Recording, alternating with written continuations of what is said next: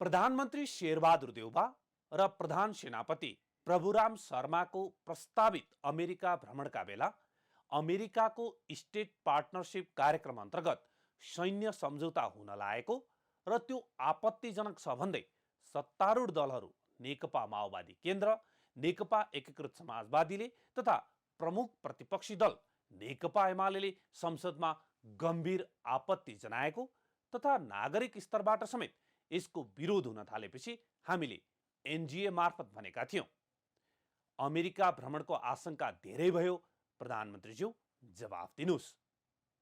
तर उहाँ यस विषयमा बोल्नु भएन।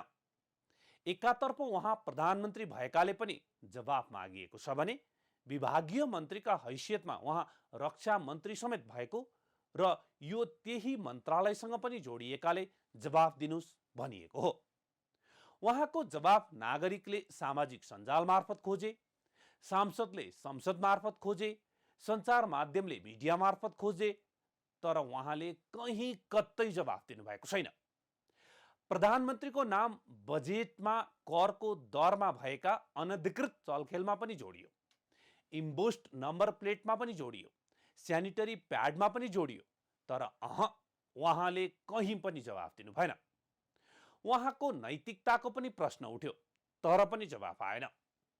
प्रस्तावित अमेरिका भ्रमणमा सरकारले जानी जानी नेपालको असंलग्न परराष्ट्र नीति विपरीत नेपाललाई भू राजनीतिक द्वन्द्वमा फसाउन खोजेको, नेपाललाई अमेरिकाको सैनिक रणनीतिको हिस्सा बनाउन खोजेका जस्ता धेरै प्रश्न सत्तारूढ दलहरूले नै उठाए, प्रतिपक्षले उठाए, नागरिकले उठाए, सञ्चार माध्यमले उठाए, तर प्रधानमन्त्रीको जवाफ कतै आएन।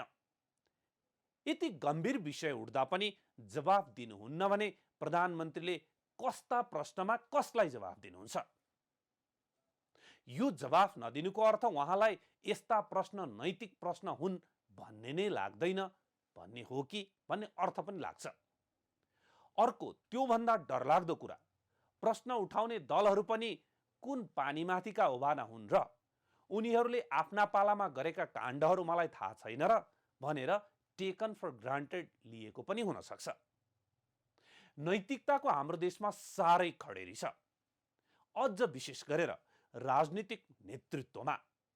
कोही आफूमाथि लागेको आरोपलाई कुतर्क, व्यङ्ग्य वा ठूला ठूला स्वरले कराएर दबाउन खोज्छन्, कोही नबोलेरै दबाउन खोज्छन्। अनि यिनै दलहरूबाट सुशासन र जवाफदेही शासन खोजिरहेका हुन्छौँ हामी। जनउत्तरदायी सरकार भनेर यिनीहरू नै ठूला ठूला भाषण गरिरहेका हुन्छन्। सर्वत्र अमेरिका भ्रमणका विषयमा गम्भीर प्रश्न उठिसक्दा पनि प्रधानमन्त्री चुँ बोल्नु भएको छैन। उठेका विषयमा बरु मित्रराष्ट्र अमेरिकालाई चासो भयो र उसले जिम्मेवारी र जवाफदेहिताको उदाहरण देखाउँदै जवाफ दिइसक्यो, तर हाम्रो प्रधानमन्त्री बोल्नु नै भएको छैन। यो कस्तो खालको सरकार र सरकारी जवाफदेहिता हो? के यसै गरी जनताको मतबाट निर्वाचित सरकार चल्छ? के यही हो शासन सञ्चालन प्रणाली? अमेरिकाले युएस एम्बेसी अफ नेपालको ट्विटर अकाउन्टबाट जेठ 31 गते बेलुका ट्विट गर्दै अमेरिका भ्रमणका बेला गरिने भनिएको प्रस्तावित सम्झौतालाई सञ्चार माध्यममा प्रकाशित दस्तावेज असत्य हो भन्यो। तर यस सँगसँगै के पनि भन्यो भने यो सहयोग आदान प्रदान हो र विश्वका 90 भन्दा बढी देशसँग यस्तो सम्झौता भएको छ। 4 भागमा गरिएको ट्विटमा पहिलो नम्बरमा भनिएको छ, दस्तावेज असत्य हो। नेपाल र अमेरिका बीच सैन्य सम्झौता भएको दावी गर्ने केही अनलाइन सञ्चार माध्यममा प्रकाशित दस्तावेज असत्य हो। नीति अनुसार अमेरिकाले कुनै पनि देशलाई स्टेट पार्टनरशिप प्रोग्राममा सामेल हुन भन्दैन, तर कुनै देशबाट त्यसका लागि माग आएको खण्डमा भने त्यस्तो मागको सम्बोधन गर्दछ। सहयोग आदान प्रदान हो। स्टेट पार्टनरशिप प्रोग्राम एसपीपी अमेरिकी राज्यको नेशनल गार्ड तथा साझेदार विदेशी मुलुक बीचको एक आदान प्रदान कार्यक्रम हो। अमेरिकी नेशनल गार्डले स्वदेशमा भूकम्प, बाढी, बन्डडेलो जस्ता प्राकृतिक विपद विरुद्ध जुझ्नका लागि अमेरिकाका प्रथम उद्धारकर्ताहरूलाई सहयोग गर्दछ। धेरै देशहरू सामेल छन्। 25 वर्षभन्दा लामो समयदेखि कायम रहँदै आएको एसपीपीमा 90 भन्दा बढी देशसँग 80 भन्दा बढी साझेदारीहरू समावेश छन्। तीमध्ये अधिकांश देशहरू यस क्षेत्रमा छैनन्। आँधी बेहरीदेखि भूकम्प, बाढी र डढेलोसम्मका प्राकृतिक तथा अन्य विपदको अवस्थामा अमेरिका आफ्नो अग्रपंक्तिका उद्धारकर्ताका रूपमा रहेका नेशनल गार्डहरूको उत्कृष्ट अभ्यासको अनुभव तथा क्षमता साटासाट गर्न चाहन्छ। यस प्रकारको सहकार्यको सहजीकरणका लागि एसपीपी प्रभावकारी माध्यम हो। अमेरिकी सरकारले जवाब दिइसक्दा पनि नेपाल सरकारका तर्फबाट प्रधानमन्त्रीको कुनै जवाफ आएको छैन। जेठ 26 गते सत्तारूढ नेकपा माओवादी केन्द्रले प्रधानमन्त्रीको भ्रमणमा शंका व्यक्त गर्दै त्यहाँ सैनिक रणनीतिमा सहमति हुने भन्यो र भ्रमण स्थगित गर्न माग गर्यो। प्रधानमन्त्री बोल्नु भएन। जेठ 27 गते प्रमुख प्रतिपक्षी दल नेकपा एमालेले प्रश्न उठायो, उहाँले जवाब दिनु भएन। जेठ 29 गते फेरि प्रमुख प्रतिपक्षी दलले प्रश्न उठायो, जवाफ आएन। जेठ 30 गते संसदीय समितिमा प्रश्न उठ्यो। नेकपा यसका अध्यक्ष माधव कुमार नेपालले प्रधानमन्त्रीले जवाफ दिनुपर्ने भन्नुभयो, जवाफ आएन। जेठ 31 गते नै नेमकिपाले पनि प्रश्न उठायो, जवाफ आएन। कतैबाट जवाफ नआएपछि संसद बैठक अर्थमन्त्री जनार्दन शर्माले बजेटमा चलखेल गरेको विषयलाई लिएर अवरुद्ध भयो।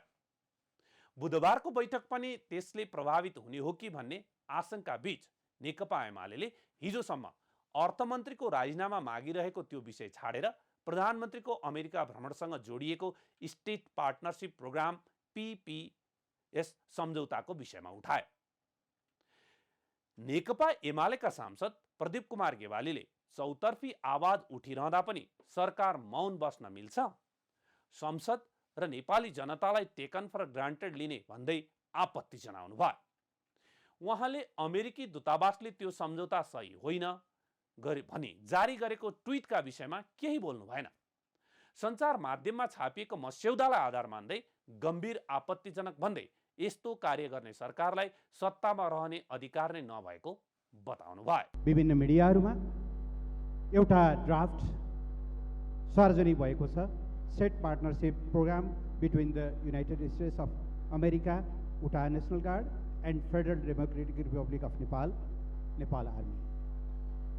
यो मस्यौदा सार्वजनिक भएसँगै नेपालको सिङ्गो समाज एकदमै चिन्तित, त्रसित र गम्भीर रूपले आशंकित छ। कमसे कम यो लेभलसम्म यो सरकार पुग्ला हामी कसैले पनि अपेक्षा गरेका थिएनौँ। सभामुख महोदय, नेपालको संविधानले नेपालको परराष्ट्र नीति, संयुक्त राष्ट्रसङ्घको बडापत्र, पञ्चशीलका सिद्धान्त, संलग्नता र विश्व शान्तिका मान्यताहरूबाट दिशानिर्देशित हुने कुरा प्रष्ट रूपमा उल्लेख गरेको छ।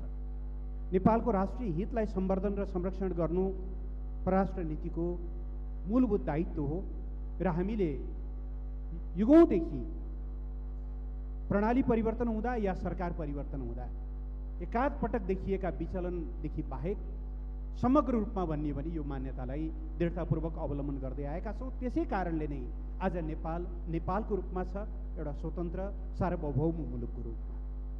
तर पछिल्लो समय सरकारले हस्ताक्षर गर्न भनेर तयार गरेको भनेर बाहिर आएका डकुमेन्टहरूले असाध्यै गम्भीर प्रश्नहरू खडा गरेका छन्। पहिलो, यो ड्राफ्टमा नेपाली सेनालाई कुनै एक देशको एउटा स्टेट नेसनल गार्डको समकक्षमा झारिएको छ। त्यो भनेको कस्तो हो भने सम्मानीय सभामुखज्यू, हामीले प्रदेश प्रहरीको परिकल्पना गरेका छौँ। हाम्रो कानुनमा त्यो व्यवस्था छ, संविधानले त्यो अधिकार दिन्छ।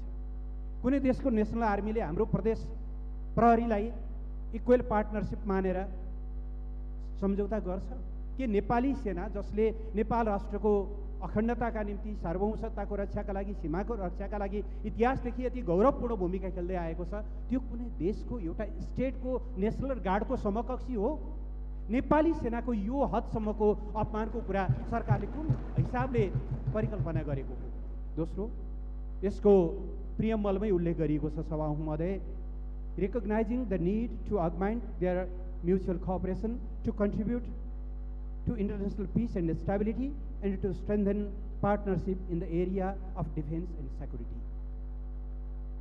सामान्य सभा हुँदियो यो नेपालले एउटा शर्तमा मात्रै अन्तर्राष्ट्रिय क्षेत्रमा आफ्नो सैन्य उपस्थिति गराउँदै आएको छ। संयुक्त राष्ट्रसङ्घको आह्वानमा संयुक्त राष्ट्रसङ्घको नीलो हेलमेट पहिरेर संसारका विभिन्न द्वन्द्वग्रस्त मुलुकमा शान्ति स्थापनाका लागि नेपाली सेनाले भूमिका खेल्दै आएको छ। के अब हामी अन्तर्राष्ट्रिय शान्ति र स्थायित्वका लागि प्रतिरक्षा र सुरक्षा साझेदारी बढाउँदै अगाडि बढ्न थालेका हौँ? कसको अन्डरमा, कसको ब्यानरमा, कसको कमान्डमा यो नेपाली सेना यो ढङ्गले अगाडि बढ्न खोज्दैछ, बढाउन खोजिँदैछ? त्यसबाहेक नेपाली भूभाग चाहे नेपाल सरकारको स्वामित्वमा होस् चाहे स्थानीय सरकारको स्वामित्वमा होस्, ती भूभागहरूलाई कुनै देशको स्टेट नेसनल गार्डलाई ट्रेनिङ र म्यानुभरिङको लागि, म दोहोऱ्याएर भन्न चाहन्छु, ट्रेनिङ र म्यानुभरिङका लागि लाइट एयरक्राफ्टहरू चलाउन, स्थायी संरचनाहरू बनाउन, हेभी मेसिनरीहरू तैनात गर्न, युद्ध र सैन्य सामग्रीहरू तैनात गर्नका लागि निशर्त ढङ्गले दिनुपर्ने, त्यहाँको सेक्युरिटीको जिम्मा सरकारले लिइदिनुपर्ने, नेसनल गार्ड र उनीहरूका आश्रितहरूको समेत सुरक्षाको जिम्मा सरकारले लिइदिनुपर्ने र ती कुरा कतातिर बढी जाने त भन्दा हाई अल्टिच्युड अर्थात् नेपालको एउटा छिमेकीको ढोकैनिर गएर यो ढङ्गका गतिविधिहरू गर्ने के गर्न खोजिँदैछ सम्मानीय सभामुख महोदय? यही बाटोबाट जाने हो भने भोलि हामीले हाम्रा छिमेकीहरूले यही ढङ्गको सुविधा नेपालसँग माग्यो भने हामी दिन्छौँ कि दिँदैनौँ? एउटा छिमेकीले भन्ला हामीलाई फल्लो ठाउँमा चाहिँ बेस राख्न देऊ, अर्को छिमेकीले भन्ला फल्लो ठाउँमा हामीलाई एयरपोर्ट खन्न देऊ र हाम्रा लडाकु विमानहरू उडाउन देऊ। हामी कुन दिशातिर जाँदैछौँ? यस्तो सम्झौता जसमा कुनै डिस्प्युट उत्पन्न भयो भने तपाईँ अन्तर्राष्ट्रिय ट्राइब्युनलमा जान पाउनुहुन्न, थर्ड पार्टी सेटलमेन्टका निम्ति तपाईँले आग्रह गर्न पाउनुहुन्न, सुविधा 6 महिनाको पूर्व सूचना दिएर टर्मिनेट गर्ने। तर हामीसँग त्यो ढङ्गको स्थिति। एउटा मुलुकले कोसीको बाँध भत्किँदाखेरि सम्पर्क कार्यालय राख्ने भनेर त्यहाँको चाहिँ गाडीलाई पास दिनको निम्ति राखेको एउटा सम्पर्क कार्यालय हटाउन हामीलाई 12 वर्ष लाग्यो सभामुख महोदय। केपी ओली नआउनु भएको भए, प्रधानमन्त्री नहुनु भएको भए सायद त्यो बिस्तारै बिस्तारै कन्सुल अफिसमा बदलिने एउटा स्थिति हुन्थ्यो। अनमिन हटिसकेपछि पनि त्यसको एउटा पुच्छरको रूपमा रहेको कार्यालय हटाउन हामीलाई 10औं वर्ष लाग्यो। हाम्रो स्थिति यस्तो छ। यस्तो बेलामा यो भूरान्तिक द्वन्द्वमा मुलुकलाई धकेल्न खोजेर सरकारले के गर्न खोजेको? यो नेपालको संविधानको बिल्कुल बरखिलाफ छ। नेपालले अहिलेसम्म अवलम्बन गर्दै आएको सन्तुलित स्वतन्त्र परराष्ट्र नीतिको बरखिलाफ छ। जहाँसम्म यसको पृष्ठभूमिको कुरा छ, सन् 2015 को सेप्टेम्बरमा यस विषयमा पत्राचार भएको देखिन्छ। त्यति बेला तत्कालीन रक्षा मन्त्रालयले गम्भीरतापूर्वक यसका समग्र कन्सिक्वेन्सेसहरू हेरेको देखिँदैन। तर पनि लामो समयसम्म यो अनिर्णित अवस्थामै थियो। पूर्ववर्ती सरकारले यो विषय 2019मा सार्वजनिक भइसकेपछि यसले के असर पार्छ हाम्रो भूरान्तिमा, हाम्रो छिमेक सम्बन्धमा, हाम्रो परराष्ट्र नीतिमा, हाम्रो राष्ट्रिय सुरक्षा नीतिमा के कसरी प्रभाव पार्छ, यसको गहिरो अध्ययन गरेर निष्कर्ष ननिकाल्नुन्जेलसम्म कुनै सन्देश, कुनै लेटर, कुनै पत्राचार, कुनै पनि केही नगर्ने भनेर एक किसिमले होल्डमा राखेको विषय सरकार परिवर्तन हुनासाथ यसरी अगाडि बढाउने, यो विषयमा फेरि सदनलाई जानकारी नदिए यति गम्भीरतापूर्वक सदनमा उठेको छ।